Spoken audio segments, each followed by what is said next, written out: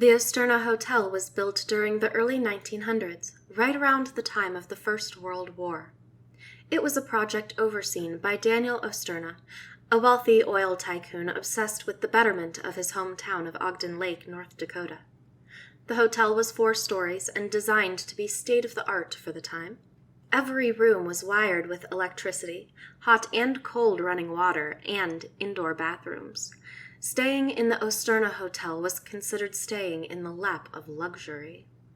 When Daniel Osterna died of lung cancer, the ownership of the hotel fell to his son, Devin Osterna, who in turn left the management up to his eldest daughter, Desdemona. Desdemona ran a very tight ship, keeping the entirety of the hotel running constantly, and keeping costs low by hiring less employees. It was rumored that she kept a harem of male concubines in the original Osterna suite, and that she would spend days in lustful revelry.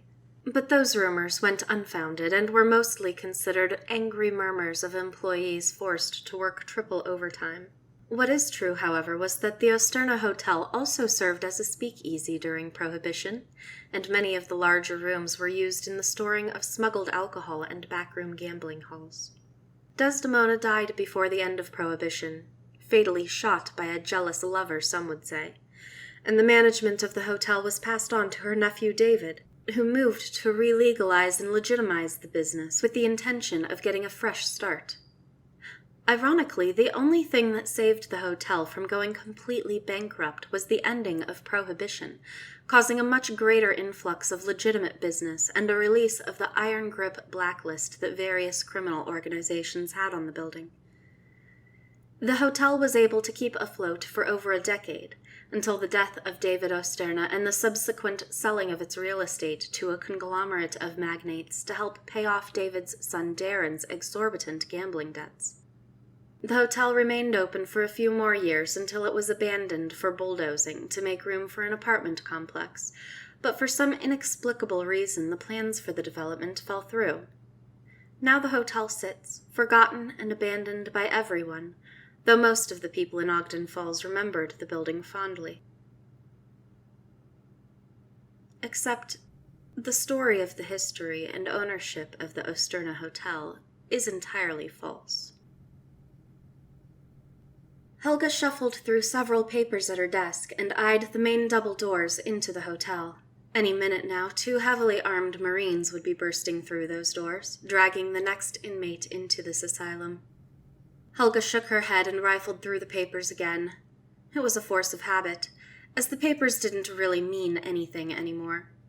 All of the cataloging was processed on a cloud network somewhere in Tampa, and the days of the Rolodex and filing cabinets were long over. Helga sighed. She had been born into a world very different from the one she currently occupied, and she felt like every step into the future took her farther and farther away from the world she remembered.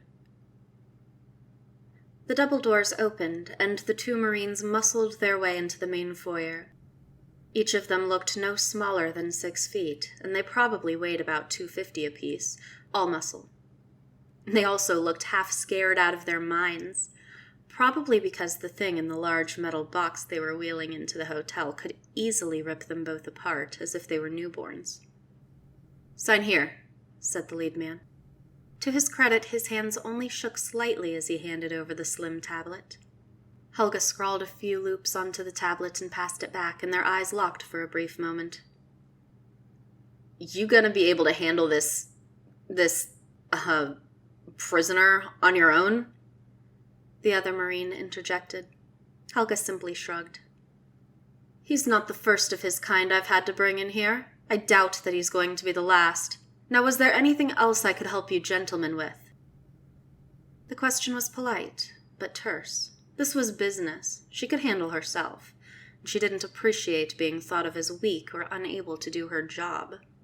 The 2 Marines looked at each other just long enough to decide that staying in this place for any longer than was absolutely necessary was above their pay grade. Both of them turned around, gave the box on the dolly a wide berth, and hightailed it out of the double doors. Helga sighed and shook her head. "Amateurs," she said under her breath. The box rattled dangerously, but Helga paid it no mind. She grabbed the handle of the dolly and with a heave, tilted the heavy metal box easily onto the wheels. She pushed the box toward the elevator, stopping by her desk long enough to grab the service card for this particular inmate. She scanned the card against the pad next to the elevator. With a melodic ding, the doors opened, and she wheeled the box inside. Room 344 was the destination for this particular inmate, and as Helga wheeled him out of the elevator on the 3rd floor and turned the corner, she wondered, not for the first time, just how big this hotel actually was. She had been its innkeeper cum warden for nearly 75 years now, and not once had she been to the same room, had barely even been near the same room. The hotel had stood for longer than anyone who worked in it could remember, and some of those memories ran centuries. During all of that time, it had grown stranger and stranger. Helga did not recognize the halls she wheeled the box down, but she felt that was probably because they were all the same. Same drab carpet, same dingy wallpaper, same barely functioning hall light. Helga wasn't really sure why. She felt like maybe the hotel expanded. It was definitely far bigger on the inside than it was on the outside. She had once tried to explore part of the 2nd floor, but after an hour of wandering the halls only to end up back at the service elevator, she had stopped bothering. Whatever the eldritch nature of the hotel, it wasn't her job to care. She passed no one as she made her way through the labyrinth. No one without a card was allowed up here for practical reasons. The card she carried kept her grounded and moving toward the prisoner's cell, but she knew that the nature of the building meant that anyone without a card would be lost within the hotel, wandering the identical rooms, turning the same corners over and over until they starved to death. Helga had never known anyone who had experienced this, and for a brief moment she wondered if that was because the building had erased from existence all memory of its victims. Such was the nature of this place. After a few more minutes, Helga reached room 344. There was nothing special about it. Just like all of the overroom doors, it had a small, slightly flaking plaque on the wall bearing the room number, and had the same dull wood panel door frame. Helga stepped up to the door and placed a hand on the knob. Simultaneously, she held the card up to eye level at the door's peephole. After several seconds, there came a loud clunk as the deadbolt of the door slid open. Helga twisted the knob, then stepped back. After another few seconds, there was a hiss, a click, and the door swung outward. Helga caught sight of the inside of the door for just a moment as she maneuvered behind the box. Or, more accurately, the lack of a room. The inside of the room wasn't just dark, it was black, an inky blackness with no end. The room seemed to yawn open into the infinite. Helga wheeled the container toward the doorframe and set it down. Around the edges of the boxes were heavy buckles, hinges, and straps, and with deft fingers she began to undo each of these. Finally, she pulled the locking hinge on the top of the box and then braced herself. There was a whoosh of air escaping the container as the door of the box blasted open. A shrieking scream emanated from within. Helga held the box steady as whatever was inside thrashed wildly. The box tipped dangerously, but Helga held on tight, waiting and watching. After several minutes of slamming against the walls of the box, the thing inside realized there was only one exit. Helga felt the weight inside shift forward. Tentacles lashed out from the edges of the container.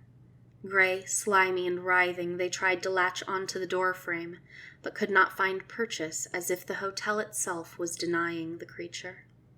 Helga hunkered down and heaved the box into the void, where it spun inside the darkness as a mass of gray flesh and tentacles exploded forth from within the confines of the container. The creature inside writhed and undulated within the darkness, floating inside the cold, dark loneliness of the room. Slowly it began to take the shape of a relatively humanoid figure. 2 piercing eyes opened, black pupils focusing at Helga. Immediately, Images and voices began to creep into Helga's consciousness. Whispers of infinite wisdom and unfathomable power crept into her mind unbidden, as if being called up from some long-forgotten dream. The delicate taste of madness dripped onto her tongue. Any normal being would be instantly driven mad by these thoughts. These voices from some distant lost eon talking of secrets beyond human comprehension. Helga yawned. The creature's eyes narrowed.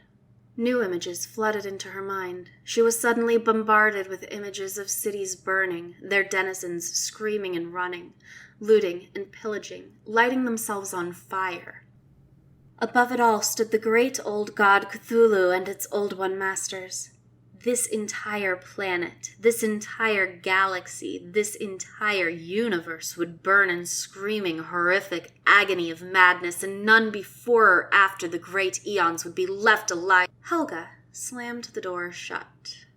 There was a click as the lock shifted into place. The images immediately disappeared, and she rolled her eyes. "Great Old One," she mimicked in a silly voice and rolled her eyes. More great old ones than she could count had been brought through these halls. Now they were all just prisoners here, trapped within the black maw of the hotel with no chance to ever escape. Her job now done, Helga tapped the card around her neck and made her way back toward the elevator. She hummed a tune as she walked. An old lullaby her mother had taught her. She would go back to the main desk again, and she would wait for the next inmate, and the next, and the next. Just another day. Just another inmate. The Osterna Hotel would hold them all.